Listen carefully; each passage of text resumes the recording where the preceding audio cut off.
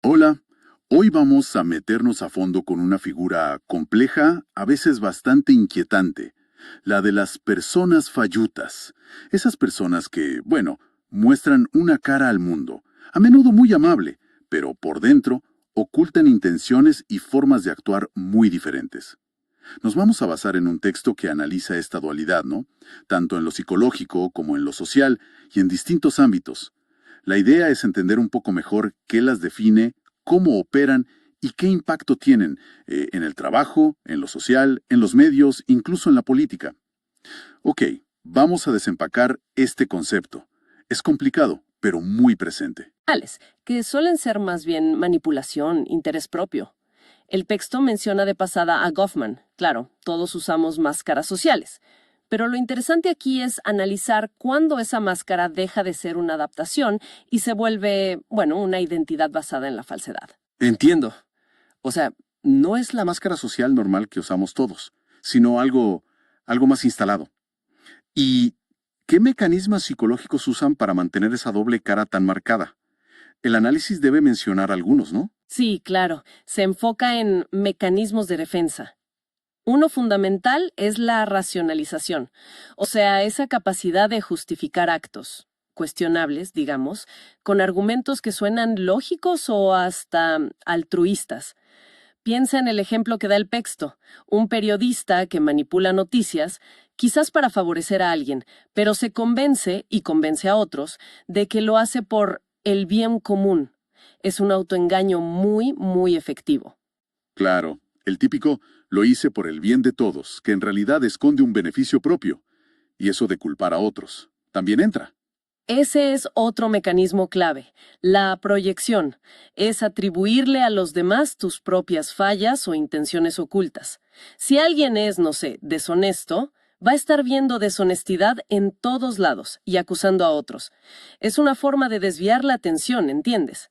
Y de mantener su propia imagen intacta. Ajá, con estos mecanismos ya se empieza a dibujar un perfil, pero el análisis va más allá, ¿verdad? Lo conecta con rasgos de personalidad más definidos, quizás problemáticos. Exactamente.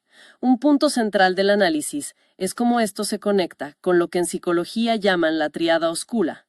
Son tres rasgos: narcisismo, esa necesidad de admiración, sentirse súper importante; maquiavelismo, la manipulación estratégica, usar a los demás; y psicopatía, que implica falta de empatía, impulsividad. Ojo, el texto no dice que toda persona falluta tenga un trastorno clínico, pero sí que estos rasgos suelen estar ahí, en mayor o menor medida. Y supongo que eso explica algunos de los ejemplos más fuertes que menciona. Tal cual, piensa en la presentadora de TV, que describe el texto. Sonrisa en cámara, defiende la libertad de prensa, pero detrás de cámaras, presiona. Compra silencios, manipula la opinión incluso de los niños con mensajes ocultos. O el supervisor de fábrica que parece el protector de los jóvenes obreros, pero usa promesas falsas de ascenso para explotarlos más. Y algo que el análisis destaca, que es fascinante, es cómo esa fachada de seguridad total a menudo esconde una inseguridad profunda, un miedo terrible al rechazo, a perder el control. Tiene lógica. Y esta dinámica psicológica, claro, no se queda en lo abstracto. ¿Cómo se ve, según el análisis, en un lugar tan competitivo como, bueno, el mundo corporativo? El mundo corporativo es un escenario ideal para esto, lamentablemente.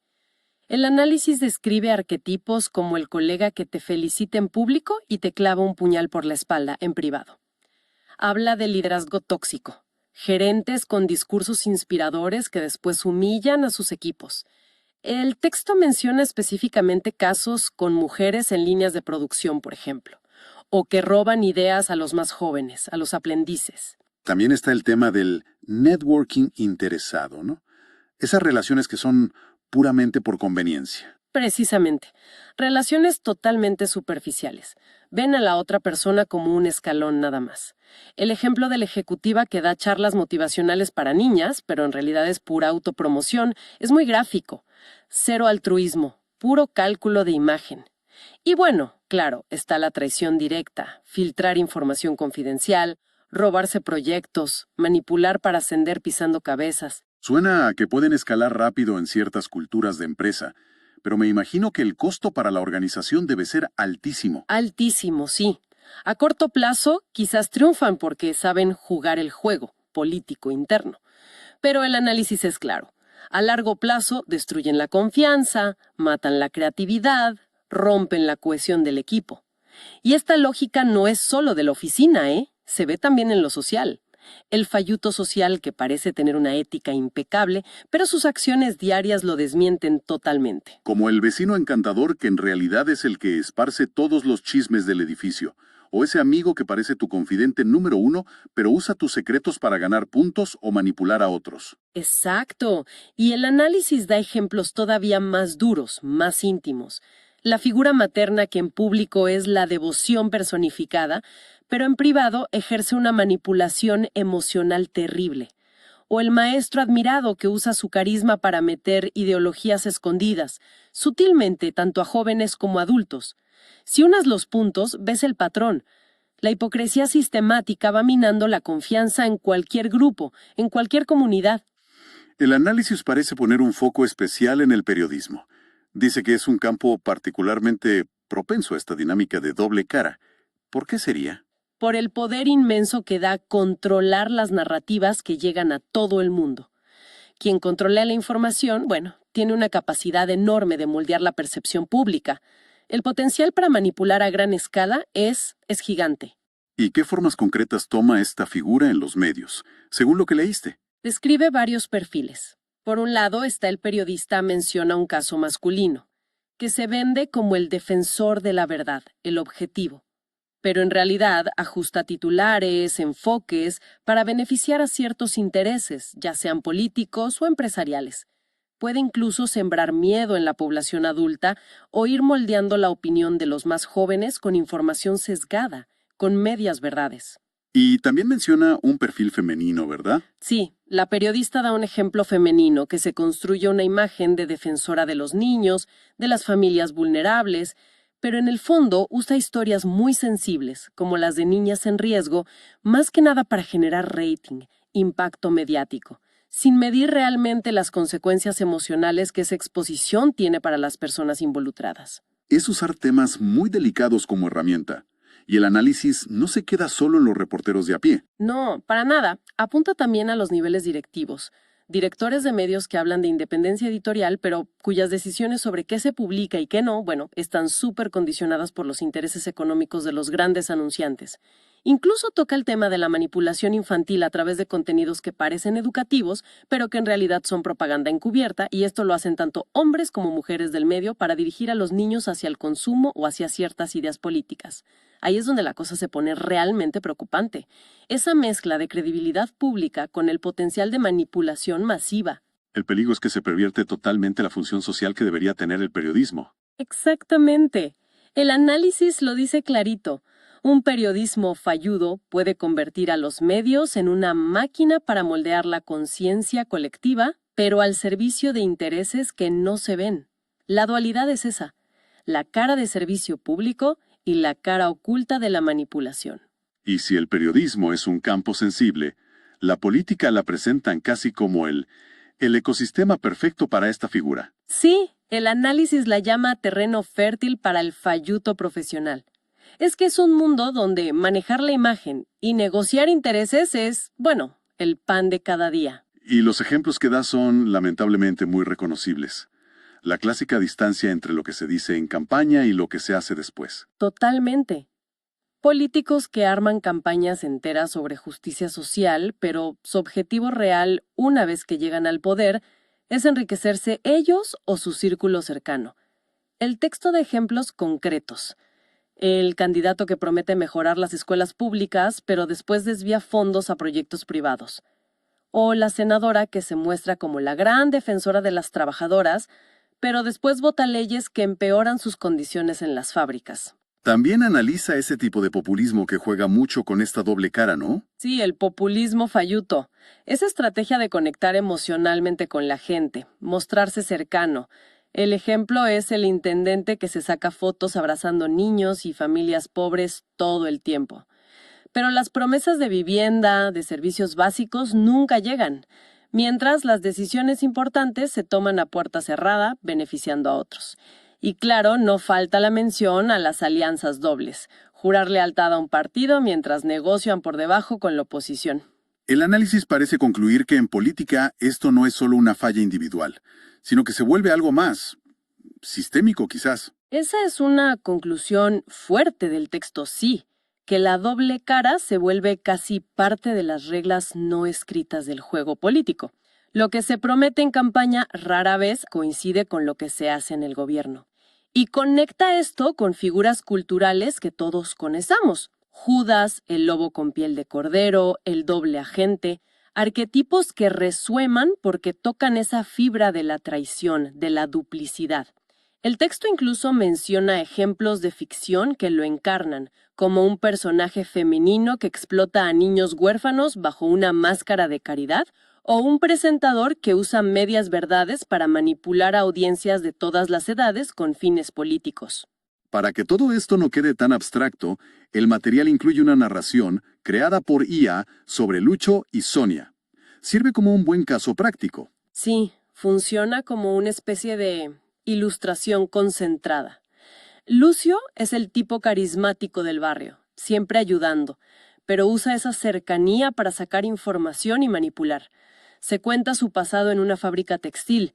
Parecía solidario con los nuevos, pero en realidad los delataba con los jefes para poder ascender él. Y Sonia sería la contraparte en los medios, la periodista estrella, que parece súper apasionada por la verdad en cámara, pero que en realidad distorsiona hechos, explota emociones de niños, niñas, adultos para tener más audiencia. Se describe su método de editar testimonios para que digan lo que ella quiere.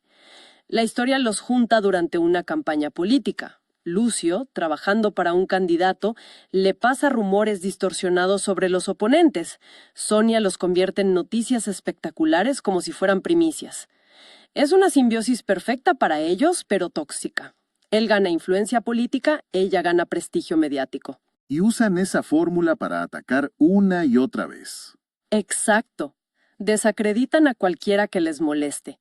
Y si un rumor se cae, la historia muestra cómo se acercan de nuevo a la víctima, fingiendo empatía, solo para sacar más información y volver a atacar. El impacto que describe es tremendo. Gente engañada, familias difamadas y un clima de desconfianza que se contagia desde la política hasta la fábrica donde trabajó Lucio. Pero la historia no los deja salirse con la suya para siempre. ¿O sí? No del todo. Muestra que pueden ser expuestos. A Lucio lograba una trabajadora harta de sus manejos y los vecinos empiezan a ver sus contradicciones. A Sonia la investiga un estudiante de periodismo que documenta sus manipulaciones, entrevistas falsas, ediciones raras y lo publica en redes sociales. Sin embargo, un punto clave de la narración es cómo reaccionan cuando los exponen. Cero reconocimiento del error. Su respuesta es más manipulación, hacerse las víctimas, intentar reconstruir su imagen con nuevas mentiras calculadas. Esa historia, aunque ficticia, realmente resume muchos de los puntos del análisis principal. ¿Cómo cierra el texto su reflexión general sobre estas dos caras de un falluto? Lo presenta como un mapa de la traición, digamos, tanto a nivel personal como social. Resume esa lucha interna, a veces consciente, a veces no, entre lo que se muestra y lo que se oculta. Y sobre todo, insiste en el poder corrosivo de la falsedad cuando se mantiene en el tiempo. Cómo va dañando las relaciones, debilitando las empresas, pervirtiendo los medios y, bueno, enfermando el debate público de un país entero. Pero al mismo tiempo, el análisis mete una paradoja sobre cómo convivimos con esto, ¿no? Sí, esa es una reflexión final muy interesante. Señala que, aunque nuestro instinto es rechazar la hipocresía, la toleramos. Incluso participamos de ella en cierta medida. ¿Y por qué? Porque a veces actúa como un lubricante social. En sistemas complejos, con intereses que chocan, permite interacciones superficiales que evitan el conflicto abierto, aunque no haya confianza real. El falluto, en ese sentido, encarna una contradicción muy humana. Necesitamos confiar para vivir juntos. Pero el egoísmo, la ambición nos empujan a usar máscaras para competir y salir adelante. Lo cual nos deja con una pregunta bastante incómoda. Exactamente. ¿Dónde está la línea? ¿Hasta qué punto esa lubricación social es, una adaptación necesaria? ¿Y cuándo se convierte en un veneno que destruye la confianza y la posibilidad de relaciones verdaderas? El análisis no da una respuesta fácil, claro. Ha sido una exploración intensa. Hemos desmenuzado esta figura de la persona falluta, desde su psicología, la disonancia, la racionalización, la proyección, hasta cómo se manifiesta en el trabajo, la sociedad, los medios, la política. Con los ejemplos del análisis y la historia de Lucio y Sonia, queda bastante claro que entender esta dinámica de las dos caras es muy relevante para navegar un montón de situaciones. Sin duda. Y si tuviéramos que sacar una reflexión final, que viene tanto del análisis general como de la historia de Lucio y Sonia, sería sobre el valor de la lucidez crítica. El material sugiere que es clave no creer ciegamente en las apariencias, cuestionar los discursos muy emotivos pero vacíos de contenido, resistir la manipulación venga de donde venga. Un colega, un medio, un líder. La idea final que propone el análisis es potente. Aunque estas figuras de dos caras seguramente siempre van a existir, nuestra mirada crítica, la memoria colectiva, son las herramientas más fuertes que tenemos para limitar su daño. Quizás la reflexión que queda pendiente, la que nos deja esta exploración, es cómo podemos, cada uno y como sociedad, cultivar esa lucidez. Cómo mantenerla activa en un mundo tan saturado de información, de narrativas y sí, de potenciales máscaras.